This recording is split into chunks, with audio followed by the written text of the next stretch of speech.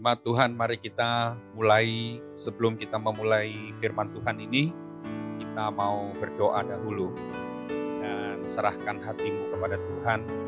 Mari kita minta firman Tuhan ini menyucikan hidup kita. Ya, kita sungguh-sungguh butuh firman Tuhan untuk terus menyucikan hati, menyucikan kehidupan kita. Mari kita berdoa. Kami bersyukur untuk pagi yang baru, pagi yang indah ini Tuhan. Kami kembali disegarkan lagi oleh pujian penyembahan kepada Tuhan. Kami kembali datang di hadirat-Mu pagi hari ini. Kami bersyukur karena Tuhan tetap memberi kesehatan kepada kami. Kami tetap dalam keadaan yang baik. Kami tetap ada di dalam keluarga yang Kau berkati. Dan kami percaya Tuhan, kehidupan kami tidak menjadi semakin rapuh. Kehidupan kami tidak menjadi semakin goyah. Tetapi kehidupan kami menjadi semakin teguh. Dan kami semakin kokoh berdiri di hadapan Tuhan. Terima kasih Bapa. Kesempatan untuk kami menerima firman-Mu kami tidak pernah sia-siakan. Karena kami akan tiba pada satu waktu. Kami tidak lagi bisa mendapatkan firman-Mu. Kemanapun kami mencari, kami tidak bisa mendapatkan lagi. Sebab itu ketika firman-Mu masih diberikan dengan bebas, kami mau menghargai anugerah-Mu ini. Kami tidak pernah mau sia-siakan. Kami beribadah di rumah, tapi kami sungguh mau tetap taruh rasa hormat kepada Tuhan. Kami mau tetap memberikan yang terbaik hidup kami, hati kami kepada firman-Mu. Terima kasih, urapi hamba-Mu, urapi kami semuanya di dalam nama Yesus kami bersyukur. Amin. Shalom, jemaat Tuhan. Kita bertemu kembali dengan hati yang penuh sukacita pagi hari ini. Mungkin saudara bertanya dalam hati, kenapa kok sukacita? Hari-hari ini aku tidak bisa sukacita gitu. Hari-hari ini aku suntuk hatiku. Mungkin saudara bilang hari-hari ini banyak tekanan-tekanan yang terjadi. Aku tidak bisa sukacita. Saudara dengar, firman Tuhan berkata, bersukacitalah senantiasa di dalam Tuhan. Ya saudara, kita mau pilih sukacita bukan karena doa kita sudah dijawab. Bukan karena doa kita sudah mengalami kemenangan. Tapi sukacita atau tidak sukacita itu pilihan kita. Tuhan bilang bukan kalau engkau sudah mengalami kemenangan baru boleh sukacita. Baru silahkan sukacita. Kalau doamu sudah dijawab, mari bersukacita. Tidak. Tuhan bilang bersukacitalah senantiasa. Ya, jadi kita harus tetap memilih untuk bersukacita. Jangan pernah bilang, tidak mungkin bisa. Belum ngalami pertolongan kok. Tidak mungkin bisa bersukacita. Saudara, kita mau ikut firman Tuhan atau mau ikuti hati kita? Ya, kalau kita mau ikuti hati kita, maka akan berubah-berubah. Tapi kalau kita mau ikut firman, kita mau putuskan apapun boleh terjadi. Tapi aku tetap memilih untuk sukacita, maka engkau akan bisa sukacita. Enggak, justru firman Tuhan bilang, sukacita itu kekuatan kita. Sukacita itu memberikan kekuatan, memberikan gairah, memberikan tenaga. Sehingga beban seberat apapun, kalau saudara sukacita, maka saudara akan mampu angkat beban itu. Karena engkau kuat. Ya, sukacita, kalau engkau punya sukacita berarti engkau memiliki kekuatan. Kalau saudara tidak sukacita berarti kau lemah, gak punya kekuatan. Beban cuma 1 kilo, 2 kilo, tapi kalau tubuhmu lemah, kau tetap gak bisa mengangkat beban itu. Ya saudara, hari ini saya ingin membacakan beberapa ayat di dalam kitab Injil Lukas. Ada sebuah perumpamaan tentang pohon ara yang tidak berbuah. Saudara, pohon ara yang tidak berbuah di dalam kitab Injil Lukas 13 ayat 6 sampai 9. Ayat 6 bilang begini. Lalu Yesus mengatakan perumpamaan ini, seorang mempunyai pohon ara yang tumbuh di kebun anggurnya, dan ia datang untuk mencari buah pada pohon itu, tetapi ia tidak menemukannya. 7. Lalu ia berkata kepada pengurus kebun anggur itu, sudah 3 tahun aku datang mencari buah pada pohon ara ini, dan aku tidak menemukannya. Tebanglah pohon ini. Untuk apa ia hidup di tanah ini dengan percuma? 8. Jawab orang itu, Tuan, biarkanlah dia tumbuh tahun ini lagi. Aku akan mencangkul tanah sekelilingnya dan memberi pupuk kepadanya. Mungkin tahun depan ia berbuah. Jika tidak, tebanglah dia. Saudara, perumpamaan ini berbicara tentang kehidupan rohani yang tidak berbuah, yang berakhir dengan penebangan. Saudara, berakhir dengan penebangan. Nah, berbicara tentang kehidupan rohani yang tidak berbuah.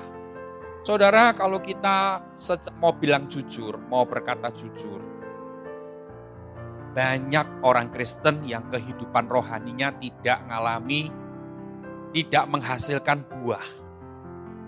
Saudara, mungkin saudara berpikir, aku menghasilkan buah. Dulu saya tidak pernah ke gereja, sekarang aku 1 minggu 2-3 kali ke gereja. Dulu aku belum pernah berdoa, sekarang aku bisa berdoa. Saudara, yang dimaksud dengan buah di sini bukan itu. Saudara, hari ini kita akan periksa hidup kita baik-baik di hadapan Tuhan. Ya, ada kata-kata di sana, jangan ditebang dulu. Ya, aku akan cangkul lagi tanah sekelilingnya, aku akan kasih pupuk lagi. Saudara, mungkin tahun depan ia berbuah. Mungkin, masih kata mungkin. Saudara, kenapa Yesus ambil perumpamaan tentang pohon ara? Padahal di Israel banyak pohon-pohon yang lain. Banyak jenis pohon yang lain. Pohon zaitun, pohon kurma, pohon macam-macam. Tetapi kenapa Yesus kasih contoh pohon ara? Saudara, saya kasih tahu. Pohon ara ini adalah pohon yang terus berbuah, musim apapun dia terus berbuah. Ini pohon ara. Jadi pohon ara itu punya keistimewaan, dia tidak pernah berhenti berbuah di satu musim. Ya, dalam 1 tahun dia bisa berbuah terus selama 10 bulan. Dan saudara tahu pohon ara adalah pohon yang tidak pernah diberi pupuk. Tidak pernah butuh pupuk, saudara. Padahal di ayat 8 pengurus pohon ara itu bilang, aku akan mencangkul dan memberi pupuk kepadanya. Ini tidak lazim. Pohon ara tidak lazim dikasih pupuk. Karena apa? Karena pohon ara ini adalah pohon yang sangat mudah untuk bertumbuh, untuk tumbuh, untuk menghasilkan buah itu sangat mudah, tidak perlu pupuk, tidak perlu kompos. Saudara, jadi artinya begini, kalau sebuah kehidupan rohani, saudara, kehidupan rohani, kita tahu bahwa tadi saya bilang bahwa banyak orang Kristen yang kehidupan rohaninya tidak berbuah, mandul, tidak berbuah, saudara.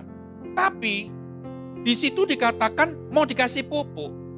Pupuk ini bicara soal apa? Pupuk ini bicara soal, saudara, pupuk ini bicara soal anugerah. Kasih karunia Tuhan. Saudara ngerti ya, banyak orang Kristen yang tidak tumbuh, jangan ngomong berbuah, tumbuh aja tidak. Tapi saudara, dia makin diberkati oleh Tuhan. Dia makin dipromosikan oleh Tuhan. Dia makin dapat kepercayaan dari Tuhan. Ya Kristennya begitu-begitu saja, kehidupannya tidak ada perubahan. Tidak berbuah, tidak bertumbuh, apalagi berbuah. Tapi hidupnya diberkati. Dia tidak pernah kasih persembahan, tidak pernah bayar perpuluhan, tapi perekonomiannya lancar terus. Saudara tahu? Ya, seperti layaknya pohon ara ini, tidak perlu kompos, tidak perlu pupuk. Tetapi akhirnya dikasih pupuk. Supaya apa? Nah, saudara tahu ya, kadang-kadang saya sering kali bilang di sini, kadang-kadang Tuhan itu mendidik kita. bukan cuman melalui penderitaan, bukan cuman melalui sakit penyakit, ya, bukan cuman melalui musibah, tapi Tuhan mendidik kita kadang-kadang melalui berkat, melalui naik jabatan, melalui mujizat demi mujizat. Jadi saudara, saya kalau mendapatkan mujizat dari Tuhan, saya ngerti ini, saya mendapatkan mujizat dari Tuhan, saya bahkan takut. Saya bahkan periksa hidup saya enggak takabur. Ya, orang Kristen yang benar, dia ketika mengalami banyak promosi, banyak perlakuan Tuhan yang istimewa, dia banyak mengalami kemenangan, mujizat dan sebagainya, dia enggak takabur, enggak lupa diri. Tapi dia makin mawas diri. Oh, Tuhan mau berbicara tentang apa ya? Tentang apa ya melalui mujizat ini? Tuhan mau bicara sama aku, mau bicara apa ya melalui berkat ini, melalui mujizat ini? Wah, seringkali saya mendapatkan sebuah pesan dari Tuhan secara pribadi, melalui mujizat, melalui pertolongan, melalui promosi dan sebagainya, Tuhan bilang sesuatu sama saya.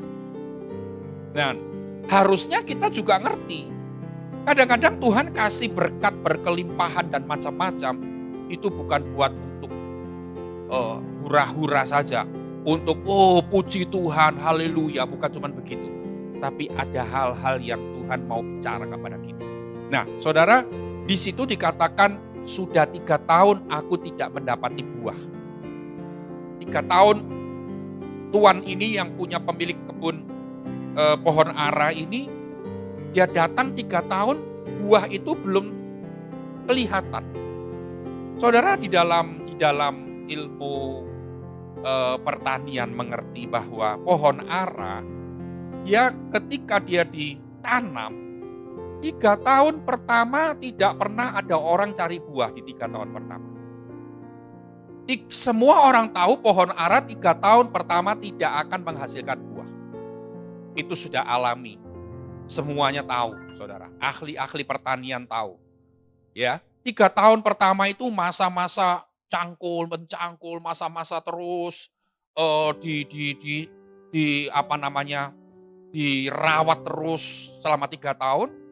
Jadi kalau pemilik kebun anggur bilang 3 tahun aku tidak dapat buah, berarti saudara, ini bukan bilang 3 tahun pertama, tapi 3 tahun kedua. Jadi tahun keempat, tahun kelima, tahun keenam, pemilik pohon ara itu mencari buah. Jadi sudah 3 tahun, masa-masa pohon ara ini dirawat, semua orang tahu tidak akan menghasilkan buah. Tapi tahun keempat, tahun kelima, tahun keenam, dan terus menerus seperti tadi saya katakan, pohon ara ini adalah pohon yang terus berbuah di sepanjang tahun, kurang lebih 10 bulan dalam 1 tahun. Tapi pengurus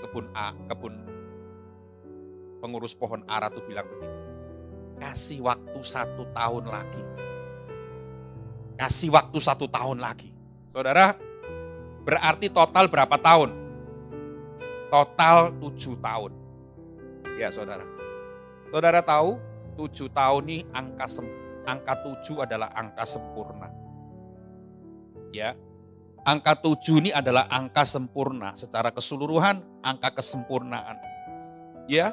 Dalam bicara soal 7 tahun, artinya gini, Tuhan itu sudah cukup memberikan kebaikannya kepada kita sampai sempurna. Tuhan sudah kasih kemurahan kepada kita. Ya, angka 7 ini bilang angka sempurna, ini bilang artinya kebaikan Tuhan itu sudah sempurna. Kemurahan Tuhan itu sudah sempurna. Apalagi, wah saudara, anugerah Tuhan itu sempurna untuk kita. Tetapi ternyata tidak menghasilkan buah.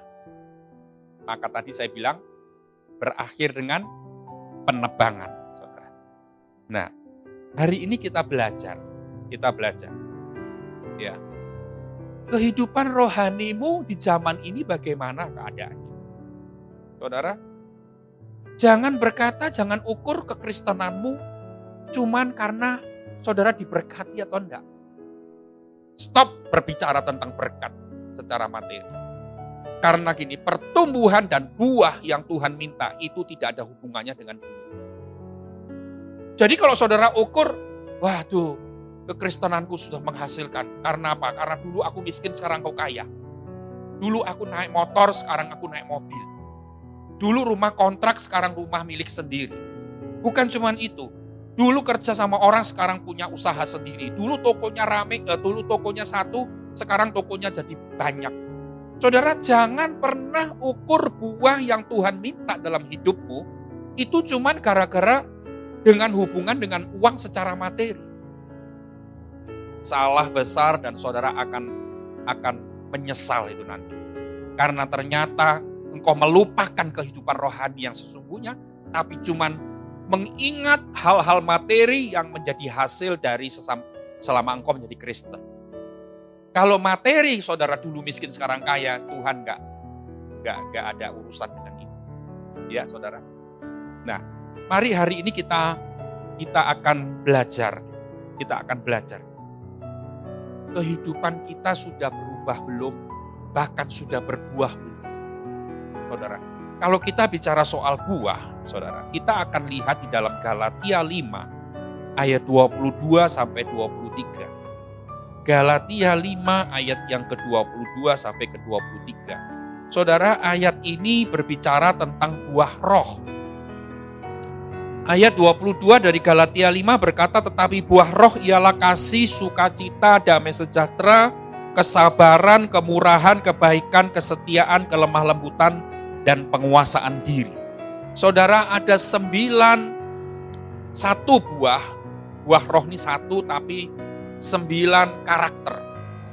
Nah, saudara, ayo kita kalau mengukur buah yang Tuhan ingin kita hasilkan itu dari Galatia 5 ayat 22 dan 23. Saya ingin semua jemaat Tuhan dimanapun kau berada hari ini, saudara buka Galatia 5, 22 dan 23. Inilah buah yang Tuhan cari. Ini loh Tuhan yang cari buah ini. Bukan duitmu jadi berapa. Bukan depositomu dulu enggak punya deposito, sekarang depositomu miliaran rupiah. Dulu saudara hanya naik mobil sederhana, sekarang saudara punya mobil-mobil mewah. Bukan cuma diukur, tapi jangan mengukur kekristenanmu dengan hal-hal seperti ini. Saudara akan tertipu dan saudara pada satu hari saudara akan nangis di hadapan Tuhan karena beberapa puluh tahun engkau menjadi orang Kristen. Ternyata engkau salah menghitung, salah mengukur. Dikira yang diukur uangmu, tetapi ternyata Tuhan tidak cari uang kita, tapi Tuhan cari buah yang mana? Yaitu di dalam kitab Galatia 5 ayat 22 dan 23. Sebab itu saudara, saya ajak saudara baca semua. Yang pertama, kasih. Ya saudara. Saudara, tidak ada seorang yang berhak menghakimi kita. Tidak ada seorang yang berhak menghakimi kita. Yang menjadi hakim atas kita cuma Tuhan. Sudahkah engkau memiliki kasih? Di masa-masa pandemi ini, sudahkah engkau menyalurkan kasihmu kepada orang lain? Kepada pekerjaan Tuhan dan sebagainya. Saudara, coba pikir. Kadang-kadang kita ini sok rohani, ngerti firman. Saudara ngerti ya, beberapa hari yang lalu medsosnya gereja posting satu kata-kata yang bicara percuma engkau ngerti firman, tapi kehidupanmu tidak berubah. Ya, kekristenan itu bukan bicara soal teologi, tapi soal perubahan hidup. Buah yang dihasilkan, punya ndak engkau kasih. Kalau saudara cuma mengasihi orang yang mengasihi saudara, itu semua orang bisa firman Tuhan bilang. Ya, orang yang mengasihi saudara, saudara mengasihi, sah. Tapi itu bukan ukuran kasih yang buah roh itu. Yang kedua adalah sukacita. Saudara, tadi di awal khotbah saya bilang sukacita. Saudara bilang, mana bisa sukacita, toko sepi. Mana bisa sukacita, banyak hutang belum lunas. Mana bisa sukacita, waduh banyak masalah Pak hari-hari ini, bulan-bulan ini. Saudara, Kalau engkau punya buah roh yang namanya menghasilkan buah roh namanya sukacita, itu tidak diukur oleh hal-hal yang terjadi. Saudara, sehari-hari ini engkau mengalami banyak masalah, tetapi engkau tetap bisa mengalami sukacita. Ini tidak bisa dipikir oleh akal secara manusia, akal budi kita. Karena firman Tuhan ini harus dijalani dengan iman. Tidak bisa, kadang-kadang tidak bisa dimengerti oleh logika manusia. Hidupnya masih penuh dengan kesusahan, kesedihan, kok suruh sukacita. Nah ini dia. Berarti engkau belum menghasilkan buah sukacita. Damai sejahtera. Bagaimana keadaan hatimu setiap hari, hanya engkau yang tahu, engkau yang menjadi hakim atas dirimu sendiri. Engkau bisa ngalami damai sejahtera enggak? Bahkan firman Tuhan, damai sejahtera firman Tuhan berkata, yang dari Tuhan itu akan mengalir seperti gelombang-gelombang laut yang tidak bisa dibatasi lagi. Saudara, gelombang laut siapa yang bisa membatasi? Yang bisa menahan gelombang laut. Damai sejahteramu seperti itu. Banyak masalah, banyak sakit, penyakit dan sebagainya. Tapi selalu ada damai sejahtera di dalam hatimu. Yang ada di hatimu apa? Kepahitan dengan orang? Rasa jengkel? Kalau lihat orang itu jengkel, terus-menerus seperti itu, apa yang ada di hatimu damai sejahtera? Yang berikutnya kesabaran. Kesabaran ini berkata tentang sabar menanggung segala sesuatu, saudara. Ya, ketika saudara harus masih banyak menanggung banyak beban, saudara masih bisa sabar. Saudara masih bisa tahan menanggung semuanya itu. Banyak orang Kristen di zaman ini sudah tidak tahan rasanya, sudah berontak, sudah tidak mau berdoa. Saudara apalagi? Sudah tidak tahan dengan kehidupan ini. Mau lari mau kemana? Saudara tahu, dulu Indonesia kacau, semua orang lari ke Amerika. Zaman ini, karena virus COVID-19, orang mau kemana sekarang? Ya, di negara-negara yang dulu menjadi acuhan kita, menjadi andalan kita, mereka semua mengalami krisis. Mereka semua mengalami COVID-19. Saudara, bahkan kalau kita hari-hari ini mau kemana pun nggak bisa. Saudara nggak usah bilang pergi ke jauh-jauh, ke luar negeri. Mau pergi keluar kota saja mau naik pesawat keluar kota aja, susahnya ampun-ampun. Saudara, harus ini, harus itu dan segalanya. Ya, jadi artinya gini saudara, kita mau lari dari, kalau kita nggak sabar menanggung segala sesuatu, kita mau lari kemana? Nggak bisa. Berikutnya adalah kemurahan. Saudara, masa-masa seperti ini adalah masa engkau menabur. Masa-masa engkau mengalirkan kemurahan, menunjukkan kemurahan. Jangan bilang gini, masa seperti ini adalah masa menuai, Pak. Bukan masa menabur, masa sulit ini. Kok sulit suruh menabur? Saudara ingat di kitab Kejadian, Ishak, Tuhan Allah berkata Ishak. Di dalam ayat, di dalam Kejadian. Di masa-masa kelaparan, di musim kering, Ishak menabur. Dan Ishak menuai ratusan kali lipat. Dan Ishak menjadi orang yang sangat kaya. Jadi di masa-masa seperti ini, tunjukkan kemurahan. Kita bermurah hati bukan kepada orang yang baik sama kita. Kita bermurah hati kepada orang yang kita nggak kenal kadang-kadang. Orang yang dulu pernah berbuat jahat sama kita. Pernah menikam kita dari belakang. Pernah menfitnah kita. Mungkin hari ini dia butuh pertolongan. Saudara. Ya, kebaikan itu juga termasuk di dalam buah roh. Kesetiaan. Nah, saudara, kesetiaan. Kesetiaan ini bukan cuma kepada Tuhan, tetapi ditunjukkan juga kepada orang-orang di sekeliling kita. Juga kepada Tuhan. Saudara, di masa-masa pandemi 3 bulan ini kita tidak beribadah. Bagaimana kesetiaanmu kepada Tuhan? Kau beribadah di rumah? Atau mungkin saudara bilang, alah, enggak beribadah pun juga enggak apa-apa. Nanti kapan-kapan aku dengar ibadah online juga, nonton ibadah online juga bisa. Saudara, kesetiaanmu diukur sama Tuhan. Ini buah loh. Tuhan cari buah. Tuhan enggak cari depositomu berapa. Tuhan cari buah yang kau hasilkan. Sudah ada enggak kesetiaan? Kesetiaan ini ditunjukkan saat semua lagi kacau. Ya saudara, suami istri bisa ngomong setia kalau pada satu hari salah satu mengkhianati dia, orang ini bisa setia enggak pasangannya? Itu ngomong kesetiaan. Ya saudara, kalau saudara lihat ada suami istri yang bertahan hidup bersama selama 50 tahun sampai kawin mas. Lalu pada waktu itu dia mengundang banyak relasi, banyak teman.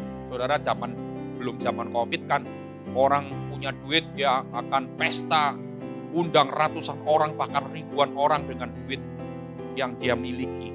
Zaman ini nggak bisa, saudara. Bahkan kami punya rencana tahun depan, salah satu anak saya menikah, itu sudah diberitahu mungkin nggak bisa, mungkin cuma undang 30 orang saja. Harus diundur lagi, nggak tahu tahun berapa baru bisa, saudara. Nah, 50 tahun menikah kawin mas, belum zaman COVID-19. Oma ini anak-anaknya undang teman-teman family semua dengan satu acara pesta yang besar. Lalu MC tanya kepada sang opa, "Opa, kenapa kok bisa bertahan 50 tahun hidup rukun setia sama oma?" Dia bilang begini, "Selama 50 tahun oma ini tidak pernah menyakiti hatiku. Makanya opa bisa 50 tahun tetap hidup bersama." Mau orang bertepuk tangan, saudara. Gilirannya oma ditanyain, "Oma, kenapa oma bisa bertahan 50 tahun tetap setia menjadi suami istri yang harmonis sampai tua begini?" Oma langsung jawab, "Karena aku enggak pernah mendapati opa ini. Opa ini adalah suami yang paling ideal. Saya enggak pernah mendapati laki-laki yang seideal suamiku ini. Jadi selama 50 tahun opa ini berbuat baik terus sama oma." Saudara, dalam hati saya, orang yang ngerti, dia akan bilang, "Iya, Lek. Iya kan, bisa bertahan karena ini baik, suami ideal, ya pasti bisa bertahan." Tapi dengar, kesetiaan kita akan diuji ketika salah satu tidak setia sama kita, salah satu mengkhianati kita, tetapkah kita bisa setia? Ini namanya kesetiaan yang diuji dengan segala macam masalah. Ya saudara, masa-masa seperti ini kesetiaanmu sama Tuhan diuji loh. Kesetiaanmu dalam hal memberi kepada Tuhan diuji loh. Jangan ngomong, "Wow, ngerti firman macam-macam." Sudah lihat hatimu belum? Sudah lihat kehidupanmu belum? Kehidupanmu sudah berbuah enggak kesetiaan? Apalagi di situ, kelemah lembutan, saudara. Lemah lembut itu bicara hati. Orang yang lemah lembut dia tidak akan bisa menyimpan sesuatu lama-lama. Orang yang lemah lembut dia akan mudah ditegur. Dia akan mudah untuk menerima nasihat. Itu orang lemah lembut. Sebab itu Tuhan sangat butuh kelembutan hati. Kalau orang keras hati, ditegur, dia marah. Ditegur, dia membenarkan diri, membela diri dan sebagainya. Bahkan dia menyalahkan orang lain, menyalahkan pasangannya. Tetapi kelemah lembutan itu buah roh yang harus dihasilkan dari kehidupan Kristenmu. Sehingga apa? Tuhan lihat, dengar firman. Belum ditegur keras, dengar firman, dia sudah nangis di hadapan Tuhan, dia sudah berubah. Ditegur secara halus, dia sudah langsung berlutut di hadapan Tuhan, minta ampun dan meninggalkan segala kejahatan dan dosanya. Itu kelemah lembutan. Kelemah lembutan tidak ada ukuran, tidak ada hubungannya dengan lemah gemulai.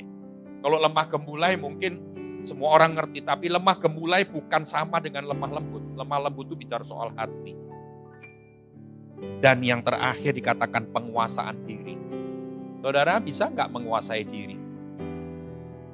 Menguasai emosimu, menguasai kedaginganmu, menguasai hawa nafsumu. Sanggup nggak hari? Kalau saudara belum berkembang dan belum berbuah di situ, mari kita pikir.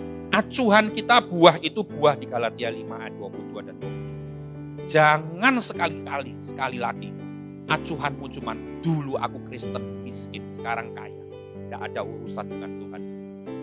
Ya saudara, kalau saudara pun hari ini kaya, puji Tuhan, itu berkat Tuhan. Tapi tidak ada urusan dengan buah yang Tuhan cari. Ya saudara, hari ini saya ingin sampaikan itu kepada saudara.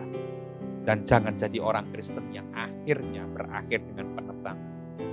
Karena hidup kita akan menjadi tragis ketika Tuhan harus menebang anugerahnya dari hidup kita.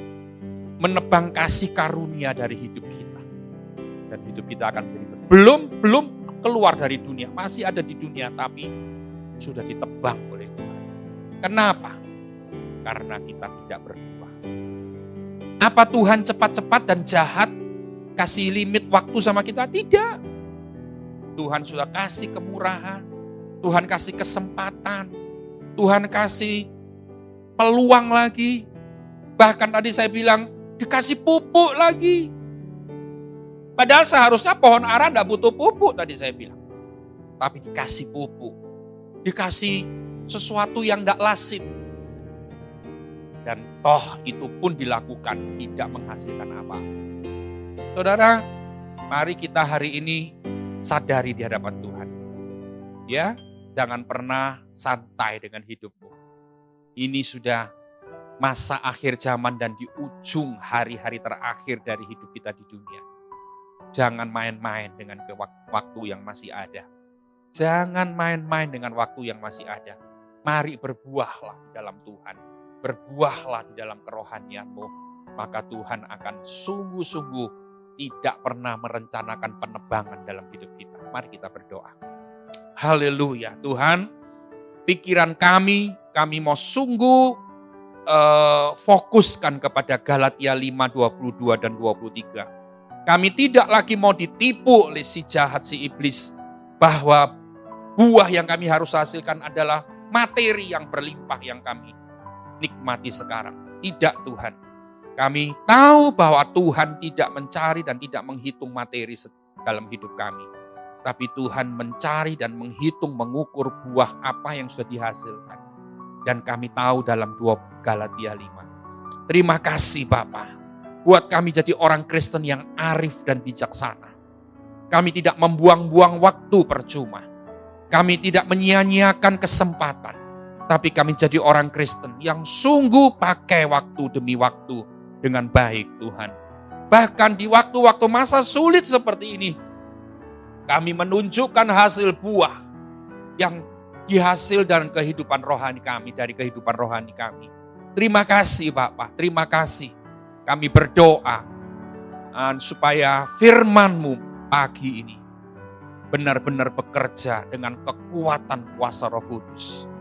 Mendobrak hati kami, kehidupan kami yang sama, kehidupan kami yang tidak berbuah, menjadi sesuatu kehidupan yang akhirnya menghasilkan buah di hadapan Tuhan.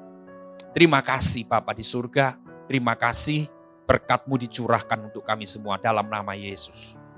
Amin.